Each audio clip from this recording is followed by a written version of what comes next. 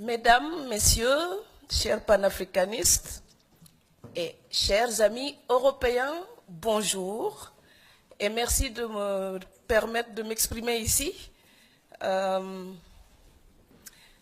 sommes là réunis par une pensée commune, le désir de voir l'Afrique debout et fière et heureuse de partager ce qu'elle a à offrir, mais aussi ce qu'elle a à recevoir des autres cultures. C'est donc un honneur pour moi de partager ici ma réflexion. Mais le désir que nous avons de l'Afrique, d'une Afrique debout, fière, déterminée, quand on nourrit ce rêve, voir les drames de l'immigration, vous pouvez vous en douter. C'est un désespoir personnel, d'autant plus que j'ai beaucoup écrit sur ce thème. Et je voulais, avant de commencer ma présentation, lire juste un extrait de Coup de pilon de David Diop. Parce que malgré l'image désastreuse de l'Afrique que nous avons aujourd'hui, je continue à penser à la réponse dans son poème Afrique. Quand David Diop interroge l'Afrique, l'Afrique répond: Fils impétueux, cet arbre robuste et jeune, cet arbre là-bas, splendidement seul au milieu de fleurs blanches et fanées. C'est l'Afrique, ton Afrique, qui repousse patiemment, obstinément, et dont les fruits ont peu à peu l'amère saveur de la liberté.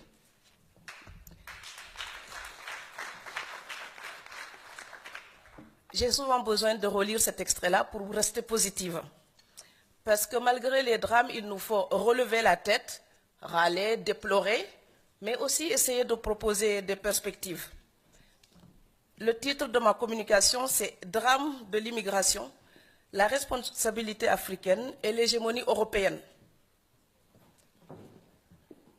Et je tiens à souligner juste une petite différence entre le titre que vous avez en anglais, parce que dans le titre en anglais, il y a un point d'interrogation, et puis il y a la conjonction « ou », donc « o ». C'est une nuance de taille, parce que pour moi, ici, l'un n'empêche pas l'autre. Donc, parler de l'hégémonie européenne n'empêche pas d'évoquer les responsabilités de l'Afrique. Donc, je préfère garder mon sujet en français avec l'hégémonie de l'Europe et les responsabilités africaines. Donc, pour moi, situer les responsabilités ne suffit pas. Il faut aussi penser aux nouvelles perspectives. Parler des responsabilités de l'Afrique ne peut pas dédouaner l'Europe, mais indexer l'hégémonie de l'Europe ne permet pas non plus de dédouaner l'Afrique. Dans le titre également en anglais, vous avez réfugiés, donc au pluriel. Tous les immigrants, tous ceux qui sont là sur les plages de la Méditerranée, ce ne sont pas tous des réfugiés. Il y a des réfugiés certes, mais il y a aussi des migrants économiques. Et là encore, il y a une différence juridique, parce que si les réfugiés, eux, peuvent évoquer la Convention de Genève relative au droit d'asile, les immigrants économiques, eux, restent dans une zone grise et ils n'ont pour argument que leur désespoir. Si on distingue ces deux groupes-là, on est obligé de penser au droit international. Parce que pour les immigrants économiques, une analyse simpliste nous dirait simplement « Oh, ils veulent venir en Europe. Ils n'ont qu'à respecter le droit international relatif au franchissement des frontières. » Mais interroger l'application de ce droit international, c'est justement mettre le doigt sur l'hégémonie de l'Europe dans ses relations avec l'Afrique. Donc, je vais juste dessiner quelques petites lignes qui marquent cette hégémonie, qui traduisent cette hégémonie de l'Europe. Selon l'article 13 de la Déclaration des droits de l'homme, toute personne a le droit de circuler librement et de choisir sa résidence à l'intérieur d'un État. Et l'alinéa 2 complète: toute personne a le droit de quitter tout pays, y compris le sien, et de revenir dans son pays. C'est ce que dit la Déclaration universelle des droits de l'homme. Est-ce que votre quotidien vous montre l'application concrète de cela? Donc les inégalités dans l'application du droit à circuler librement sont évidentes. Si on est honnête, on doit simplement dire que ce droit, seuls les ressortissants des pays riches en jouissent pleinement. Je pense que tous mes amis français peuvent circuler et visiter toute l'Afrique. L'inverse n'est pas vrai pour les Africains. Les maisons les plus riches sont les plus gardées, cela frappe le bon sens. Donc si nous appliquons cette théorie aux États, ça voudrait dire que l'Europe se barricade pour jalousement garder sa prospérité. Nous avons donc les immigrés qui sont les intrus, les indésirables contre lesquels on dresse des barbelés à Ceuta et Melilla. De nombreux accords politiques permettent à l'Europe d'utiliser les pays d'Afrique du Nord comme le premier cordon sécuritaire. Je vis en Europe depuis 1994 et j'ai vu le carcan administratif devenir de plus en plus serré. Et je suis désolée pour les interprètes parce que parfois je parle comme une mitraillette.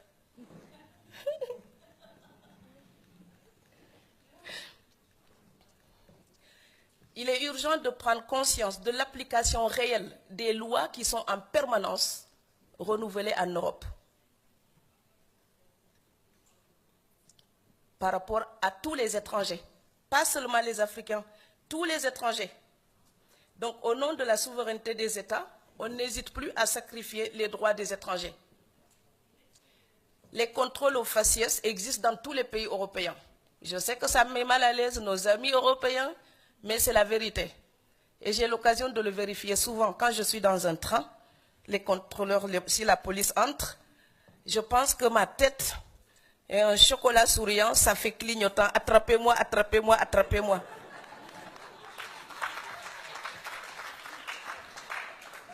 Pourtant, je souris juste pour être gentil, comme on agiterait un drapeau blanc pour dire « inoffensive, inoffensive, inoffensive, j'ai payé mes impôts, tout va bien ».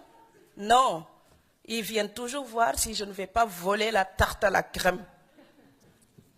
Et c'est très vexant, parce que être noir, ça ne veut pas dire être moins digne de confiance.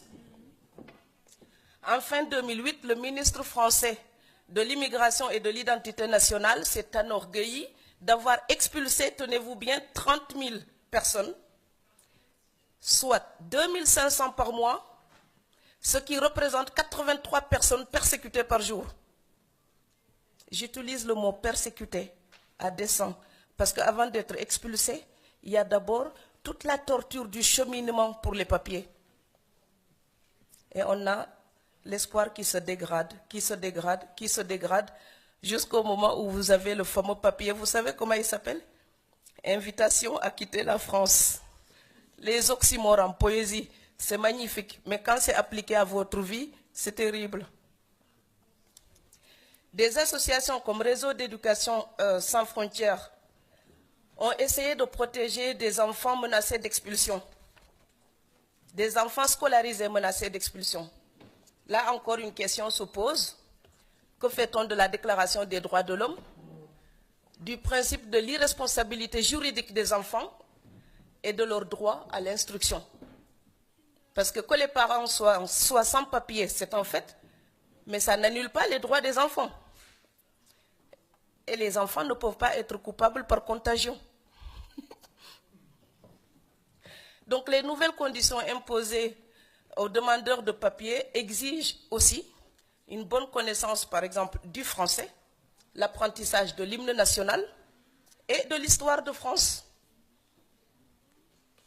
On appelle ça des mesures d'intégration. Ces mesures-là existent aussi en Allemagne. Et dans les deux pays, des associations ont fait passer les mêmes tests à quelques autochtones. Beaucoup ont échoué. Cela prouve que ces mesures-là ont été créées uniquement pour servir de barrage aux demandeurs d'asile ou aux demandeurs de papier pour avoir le droit de travailler librement. D'une manière générale, les contraintes se multiplient. Donc, beaucoup de pays ont rallongé la durée de rétention des immigrés irréguliers. Et pour accélérer les procédures d'expulsion, on a réduit le temps accordé pour faire appel quand une demande a été rejetée. Toutes ces choses-là sont des petits détails cachés. Souvent, les gens s'en rendent compte quand ils sont confrontés au problème, pas avant. Donc, je suis étonnée, parfois mes amis français découvrent ça quand on en discute et ils n'en ont jamais entendu parler, par exemple. Cette situation nous démontre combien les frontières économiques conditionnent l'application du droit à circuler librement. Cela veut dire que la protection économique des États riches annule pratiquement le respect des droits humains. Alors, il faut le répéter parce que l'Europe est toujours là à donner des leçons à la terre entière. Donc, il faut aussi convoquer l'Europe sur ses propres principes. Le principe du droit international, justement, c'est la réciprocité. Donc, il n'y a aucune raison que les ressortissants européens puissent circuler librement dans le monde et que l'inverse ne soit pas possible pour les citoyens qu'ils visitent. L'Afrique ne peut pas être un zoo exotique pour l'Europe, où les Africains seraient enfermés et ne pourraient pas sortir, et les Européens peuvent venir nous observer comme dans une éprouvette. Ce ne sera pas longtemps acceptable.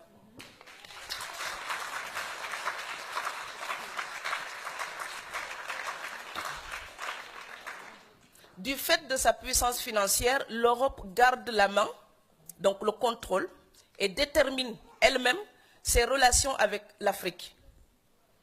Donc, que vaut l'indépendance administrative sans indépendance économique? C'est la question que je me pose et c'est la question que l'immigration nous pose. C'est quoi être indépendant en Afrique quand on n'est pas libre de rêver son avenir dans son propre pays? C'est quoi l'indépendance territoriale, politique, administrative, quand on n'a pas l'indépendance économique, puisque avec l'application des lois, comme je viens de vous le dire, l'application de ces lois devient une résultante de la situation économique. Vous venez du Canada, vous voulez vous installer en France, vous n'êtes pas immigré, vous êtes expatrié. Vous êtes français, vous allez au Gabon, vous êtes expatrié. Mais vous êtes sénégalais, même si vous êtes millionnaire, vous venez en Allemagne ou en France, vous êtes immigré. Immigré devient un terme péjoratif qui désigne uniquement les étrangers à peau non blanche.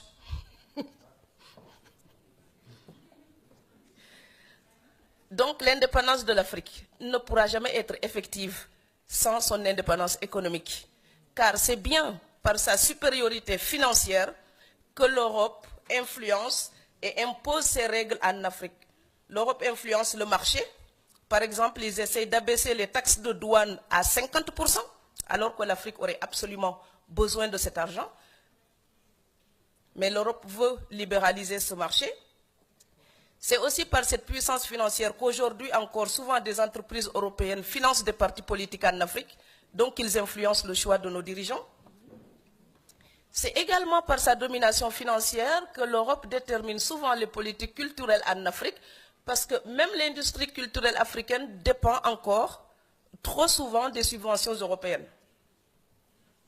Si vous prenez pour l'édition, par exemple, si vous êtes africain, vous voulez être lu au Japon et au Canada, il vaut mieux publier en Europe, pas en Afrique. C'est la vérité. C'est triste, mais c'est la vérité. Donc, il y a une vraie dépendance. Si vous voulez faire un film en Afrique, et même sur l'Afrique et pour l'Afrique, vous demandez du soutien financier à l'Europe, alors qu'on a des millionnaires maintenant et des milliardaires en Afrique. Donc, c'est aussi, ce sont nos hommes d'affaires aussi qui doivent financer l'industrie culturelle. Parce que c'est une industrie en Europe et un peu partout dans le monde. Cependant, énumérer les points d'impact de l'hégémonie européenne n'exonère pas l'Afrique. Et le corollaire de l'indépendance, c'est la responsabilité. Donc de deux choses l'une. Ou on est indépendant, donc on revendique notre destin, ça veut dire qu'on a une responsabilité. Ou on dit que c'est toujours la faute des autres, ça veut dire que nous sommes des moutons. Je ne suis pas un mouton. Donc la mentalité victimaire, je n'en veux pas.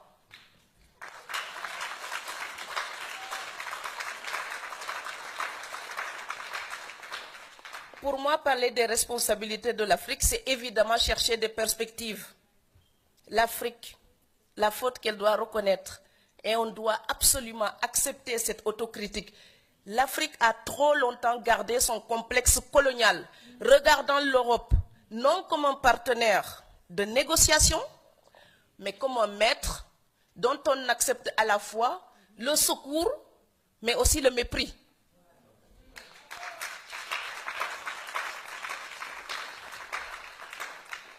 La terminologie utilisée quand on parle des relations entre les deux continents est édifiante. On parle toujours d'aide logistique, d'aide humanitaire, d'assistance technique, de subvention, etc. Il est donc toujours question de ce que l'Europe apporte à l'Afrique. Pourtant, si l'Europe a si jalousement gardé sa relation avec l'Afrique depuis si longtemps, c'est bien parce qu'elle en tire quelque chose. Alors quand les Européens viennent investir chez nous, ils font de l'aide au développement. Mais leurs comptes bancaires sont en Europe. Et une entreprise qui fait des pertes ne reste pas longtemps en Afrique, hein, elle ferme. Donc quand ils viennent faire des affaires, ils viennent nous aider. Quand nous, on vient faire des affaires, on est immigrés économiques. Donc à un moment donné, il faut parler bêtement du marché capitaliste à la régulière. Et donc utiliser les mêmes arguments. Comme le disait Léopold Sédar Senghor en parlant de la francophonie et de la culture, Senghor disait ceci: au rendez-vous du donner et du recevoir, les peuples des continents non européens ne viendront pas les mains vides. Je répète, au rendez-vous du donner et du recevoir, les peuples des autres continents non européens ne viendront pas les mains vides. Avec la mondialisation, ce rendez-vous est effectif. Malheureusement, l'Europe voit souvent ce qu'elle donne et nous parle moins de ce qu'elle reçoit de l'Afrique.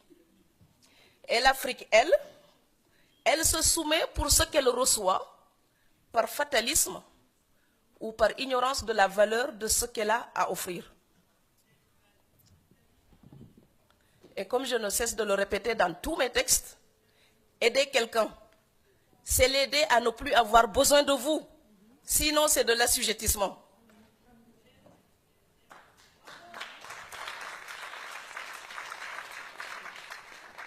L'aide apaise la conscience des donateurs et soulage momentanément les bénéficiaires.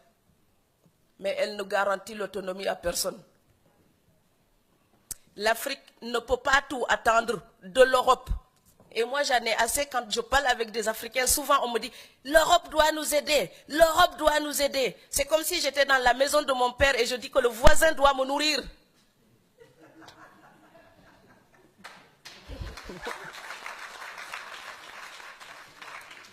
Je sais bien qu'il y a des torts que nous devons reprocher à l'Europe. Mais 3 siècles de reproches ne changeront pas notre destin. Donc, chercher un coupable extérieur ne changera pas notre destin. Si ma maison brûle et je reste là et je dis, quelqu'un a jeté une allumette, ma maison brûle, quelqu'un a brûlé ma maison, quelqu'un a brûlé ma maison. 3 saisons après, je serai encore sous les étoiles. Donc oui, l'Afrique peut reprocher des choses à l'Europe. Oui, mais les défaillances de nos dirigeants d'aujourd'hui, nous ne pourrons pas les justifier, les légitimer uniquement en accusant l'Europe. Ce serait nous mentir à nous-mêmes.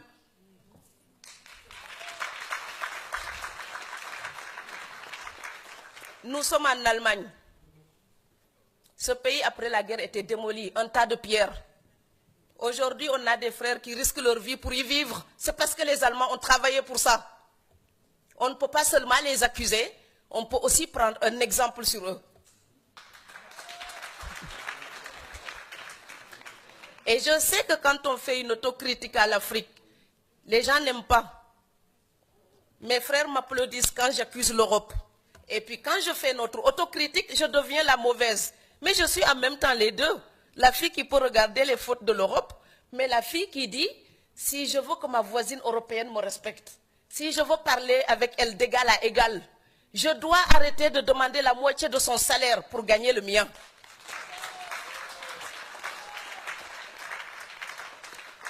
En ce moment, on parle beaucoup du partenariat Europe-Afrique. Ça passera par une révolution des mentalités. Celui à qui vous demandez la charité vous ne pouvez pas le tutoyer. Celui à qui vous demandez la charité, vous ne pouvez pas lui imposer des règles. Celui à qui vous demandez la charité, vous baissez la tête devant lui. Et quand nos dirigeants baissent la tête, les peuples se mettent à genoux.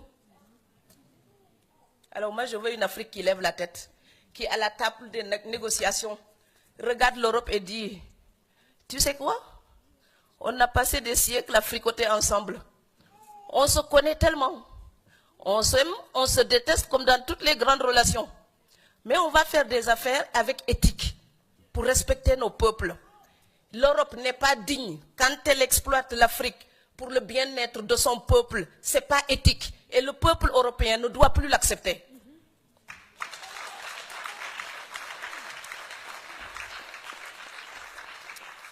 Et l'Afrique n'est pas digne quand elle se plaint tout le temps et que le peu de richesse qu'elle a, certains l'utilisent pour leur propre compte et laissent le peuple démuni. Ce n'est pas éthique non plus. Si le partenariat est une association en vue d'agir pour un bénéfice commun, je suis d'accord. Mais il est évident que pour l'instant, c'est l'Europe qui mène la danse. Alors de deux choses l'une, si vous voulez danser avec moi, vous ne pouvez pas seulement compter sur votre souffle, vous allez m'épuiser. Donc si vous voulez danser avec moi, on doit organiser nos pas et nous entendre doucement et nous entendre. C'est une conciliation. Ce n'est pas une domination, ce n'est pas un contrôle, ce n'est pas une tutelle, c'est une conciliation. Si le partenariat Europe-Afrique consiste simplement à imposer aux pays africains des accords soucieux des seuls intérêts européens, ce ne serait pas un partenariat, ce serait un contrat léonin, donc inacceptable. Ce serait même plus hypocrite que la colonisation. Il s'agit donc de rendre son plein sens au mot partenariat. Si l'Europe veut aider l'Afrique vraiment, il faut sortir de la condescendance et de la supposée aide pour un vrai et juste, transparent partenariat.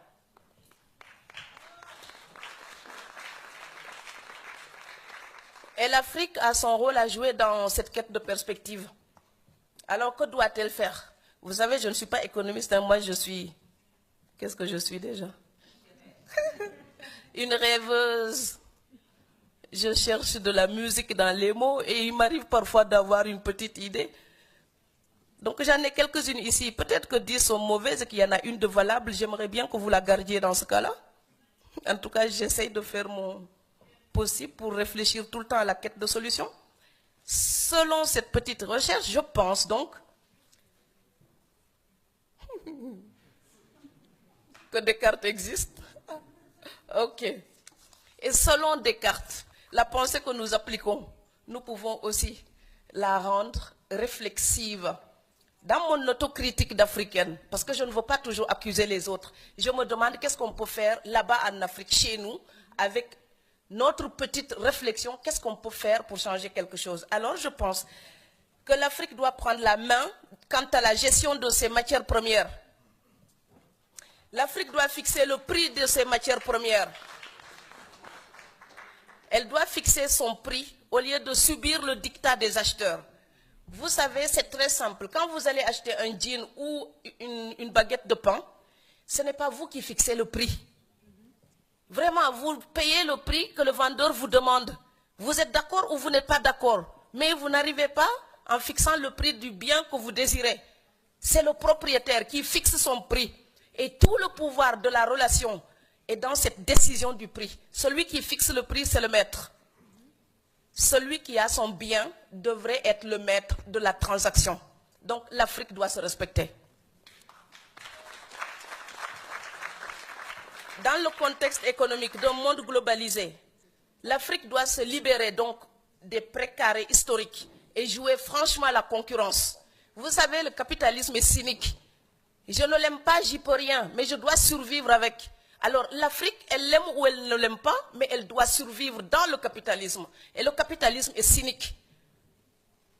Donc, ok, si je veux un sac de riz et que le prix que la France me paye n'est pas suffisant, ben si l'Allemagne me paye plus cher, je vends mon sac de ma matière première pour nourrir ma famille. Donc, parce que les anciens colonisateurs n'hésitent pas à jouer cette concurrence entre les pays africains. Alors, pourquoi les pays africains n'utiliseraient pas la même concurrence pour écouler leurs matières premières? Ça permettrait d'élever le prix, par exemple. L'Afrique doit exiger aussi plus de transparence des multinationales et surtout le paiement des impôts que ces multinationales sont censées apporter au pays. Il est quasi impossible d'obtenir des chiffres des bénéfices que les multinationales réalisent en Afrique. Alors, celui des impôts qu'elles sont censées payer est encore plus mystérieux. D'après l'économiste français Thomas Piketty dit ceci: l'Europe, au lieu de se donner bonne conscience avec des flux d'aide au développement, devrait contraindre les multinationales à cet exercice de transparence. Cette option générale mine la confiance en l'État en même temps qu'elle le prive de ressources indispensables au développement.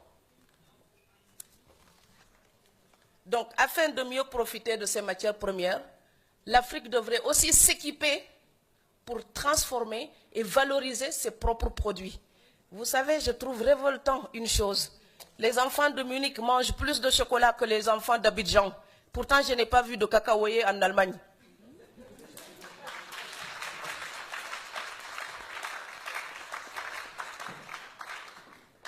Eh oui. Les cosmétiques avec le beurre de karité, ces produits-là rendent belles les femmes occidentales. Pour mes sœurs sénégalaises, ces produits sont hors de prix. Pourtant, c'est notre karité à nous d'Afrique. Mais oui, parce que d'autres l'ont utilisé pour transformer, mettre de la valeur et nous vendre ça encore une fois et avoir des plus-values. Donc vous avez l'or du Sénégal, de Sabodala, c'est vendu en Suisse. Le diamant du Congo est à Amsterdam. Le chocolat de Côte d'Ivoire fait la fortune des Suisses et des Belges. Mais qu'est-ce que l'Afrique tire de ses propres ressources? Donc valoriser ce que nous avons et ne pas racheter les produits finis qui viennent de chez nous. Alors l'exemple, c'est comme si quelqu'un prenait mon maïs et revient me vendre un sac de farine. Et je ne peux pas le payer et mes enfants meurent de faim. Pourtant, j'ai produit du maïs. C'est quand même bête.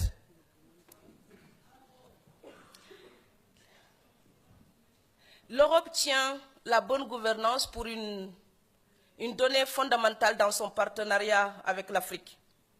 La vérité, c'est qu'on ne vaincra pas la pauvreté, l'instabilité politique, en investissant uniquement dans des secteurs économiques au bénéfice immédiat.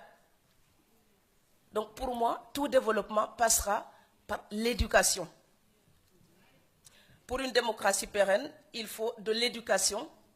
Et donc il faut faire de l'éducation une priorité, surtout quand on a une jeune population comme on le voit en Afrique. L'Afrique doit utiliser sa jeunesse, la considérer comme un moteur du développement et investir suffisamment pour sa formation.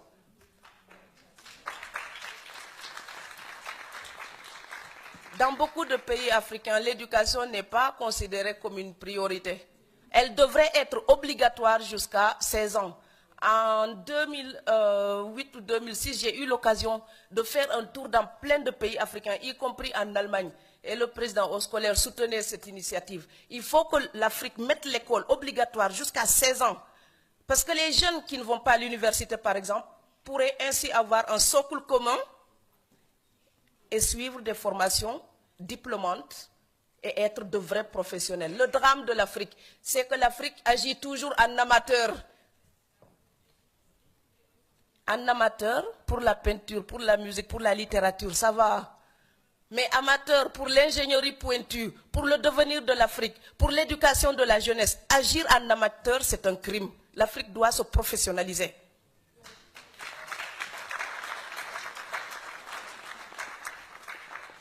Dans certains pays africains, l'absence d'instruction pour les femmes, je la considère comme une des violences faites aux femmes.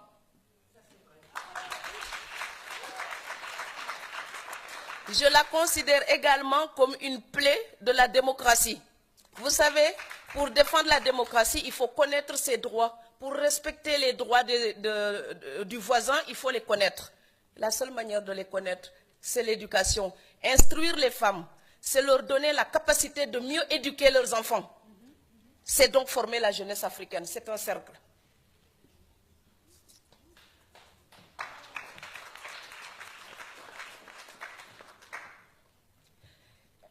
Je voudrais aussi insister sur l'organisation même du corps social et politique africain. Vous savez, l'Europe vient toujours commenter après les drames. Que font-ils juste avant? Ils parlent toujours de l'explosion et des armes à feu. Il n'y a aucune usine d'armes à feu en Afrique. Donc si on s'entretue, c'est parce que ça fait de l'argent pour l'Europe. Il faut que ça s'arrête.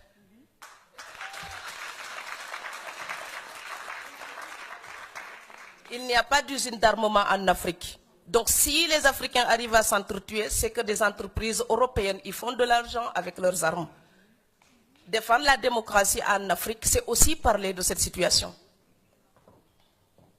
Toujours dans la quête de solutions par rapport au problème des migrants.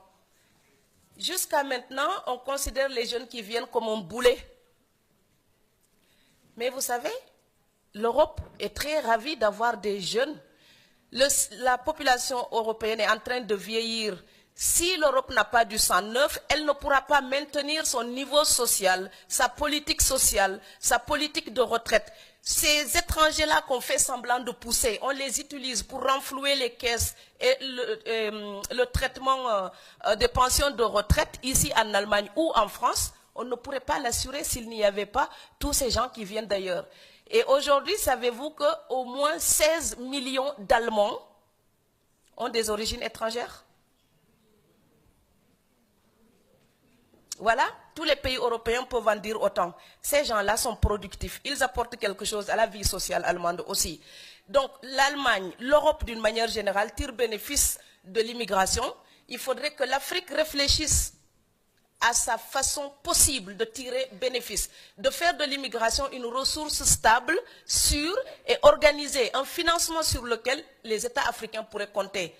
Donc, au lieu de subir la situation des immigrés, on peut l'organiser. Alors, je donne un exemple. L'immigration offre aujourd'hui des revenus aléatoires. Si on organise, on va me dire la fuite des cerveaux. Vous savez quoi, même avec des barbelés, il y a des Africains qui partiront quand même. Donc, autant réfléchir à comment tirer parti de la situation et quelle qu'elle soit. Par exemple, des accords pourraient être signés pour décider un nombre, un cadre qui permettrait à des gens de partir et revenir avec un visa à entrée multiple. Ça, c'est une première chose. Une autre piste de réflexion, ce serait aussi si l'Europe veut sincèrement aider l'Afrique. Puisque parfois, quand même, les immigrés qui viennent travailler, ben, l'Europe pourrait accepter de reverser, par exemple, 50% des impôts des immigrants à leur pays d'origine. Donc, au lieu de faire des petits budgets qui viennent du budget des États européens pour aider l'Afrique, on peut faire contribuer les enfants d'Afrique qui travaillent en Europe et envoyer un pourcentage de nos impôts au pays d'origine. Les pays africains doivent également encourager les échanges entre eux. Ils sont là complètement focalisés sur l'Europe. Ils ne sont même pas capables de voir le voisin. Donc l'Afrique doit construire des infrastructures, encourager la circulation sous-régionale, parce que rapprocher les zones économiques, c'est rapprocher les citoyens des différents pays africains, c'est encourager l'esprit panafricain, donc c'est cultiver une espèce de fierté africaine.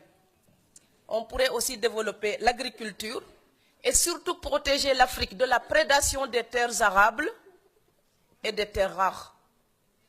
Et je dis bien la prédation des terres arables, cultivables, mais aussi des terres rares.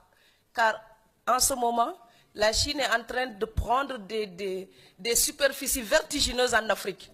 Et on est là et on regarde faire. Et nos dirigeants sont là et ils regardent faire et ils participent même à le faire. je ne veux pas que dans 50 ans, je serai peut-être vieille et sénile. Je ne voudrais pas qu'on vienne me prendre la tête encore avec une lamentation et dénoncer encore un nouveau dominant. Parce que ce qui s'est passé dans l'histoire, on le sait. Et cela nous appartient d'organiser notre avenir. Donc, si on laisse toutes les terres africaines partir, cette jeunesse a besoin de terres, de récoltes et de quoi vivre. Pour conclure, je dirais que face aux carences dans l'éducation, la santé, l'agriculture et d'autres domaines, le partenariat Europe-Afrique peut apporter une véritable ingénierie à l'Afrique. Il n'y a pas de complexe à cela. L'Afrique doit apprendre à prendre des autres et à échanger, sans complexe. La mondialisation, la crise économique et le drame actuel des migrants nous montrent que les problèmes d'aujourd'hui transcendent les frontières.